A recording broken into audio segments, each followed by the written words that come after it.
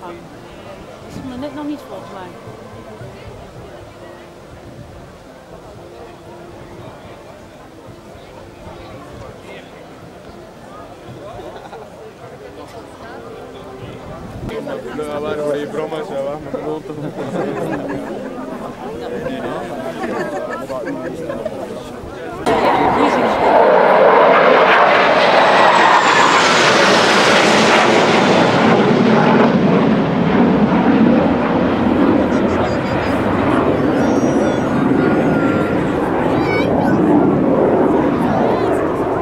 My oyster. I'm enjoying the sudden feeling of freedom. I'm planning to travel, starting with a visit to Australia this autumn. I'm here today to pay tribute to someone who at my age was only able to travel to France and Belgium. He was my great uncle, Ronald Morehouse, who joined up in 1914 when he was 20 and became a captain and company commander in the King's Own Yorkshire Light Infantry.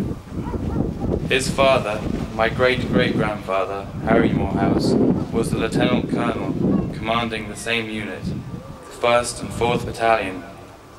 Harry had already served in South Africa before the outbreak of the Great War, but in 1915 they both went to France, and in some ways I am glad that they were able to be together for the years that they served at the front.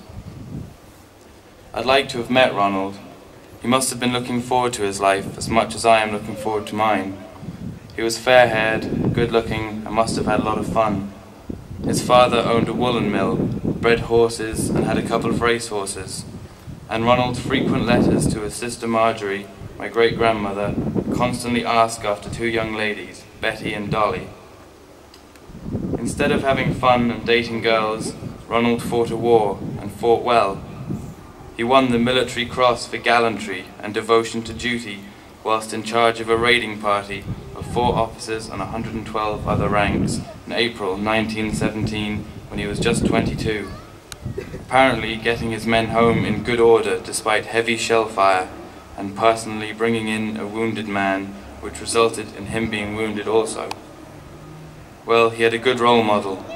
His father's devotion to duty was rewarded with the DSO and the Légion d'honneur, upon which occasion he wrote to his wife, "Now you can be proud of your troublesome old man, my darling, even if he doesn't quite know why he deserves it, or should be chosen from the whole division for this distinction."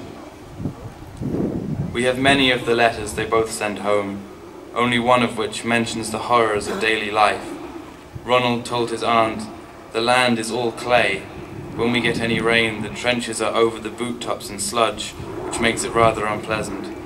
He adds, "If you put your head above the parapet, you soon have bullets whizzing about you." Our casualty list for the battalion is 2 officers killed, 1 wounded. Rank and file, about 25 killed and 60 wounded, most of these killed by snipers. He goes on to say that they had green peas for dinner and would be glad of any cakes or biscuits she might send. We also have at home a small rust-coloured envelope.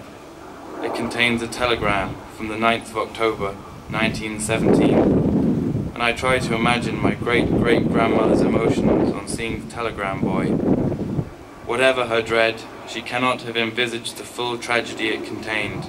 It reads, "The King and Queen have received with much regret the news of the death of your husband and son, who were killed in the same action while gallantly fighting with their regiment in France. Their Majesties deplore the death of these 2 brave officers and desire me to convey to you their sincere sympathy with you in your sorrow. They fought together and died here at Passchendaele within half an hour of each other. Their bodies were never found, but their names will always be remembered, both in our hearts and here at Tyne Cot. It is a great honour to be here to salute them today at the unveiling of this memorial to the King's Own Yorkshire Light Infantry."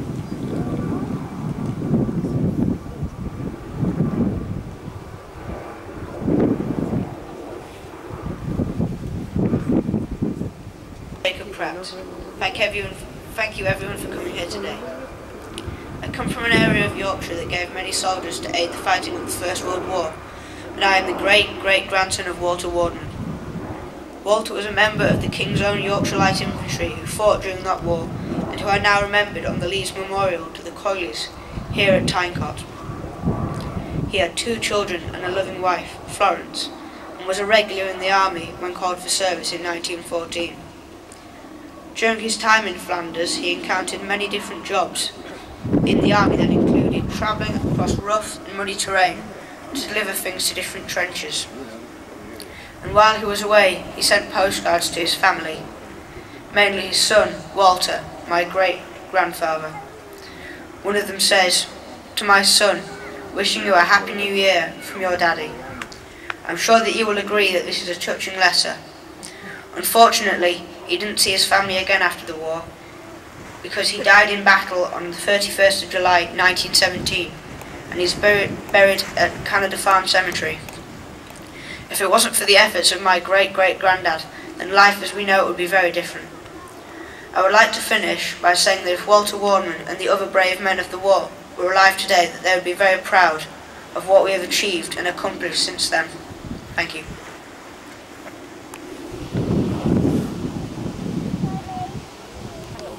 "3 years ago I found you, in a most methodical way.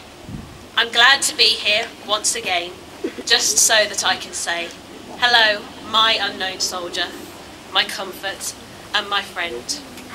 You are my continuity, though your life is at an end. I'm sitting here and thinking about the life you gave. You fought for your people and country, and now lie in your grave. While I've been living my busy life, you've been sleeping on. For 3 years you've been my influence, even though you are dead and gone. In these 3 years I've thought of you, lying there unknown. A serendipity meeting, and the friendship seeds are sown. Although we know not of each other, and I live in another land, I see your face in times of trouble, and you, smiling, take my hand. Many men have crosses and wreaths about their stones. I place my simple cross, so you'll never be alone. So thank you, unknown soldier, my comfort and my friend. You will be my continuity until my life is at an end."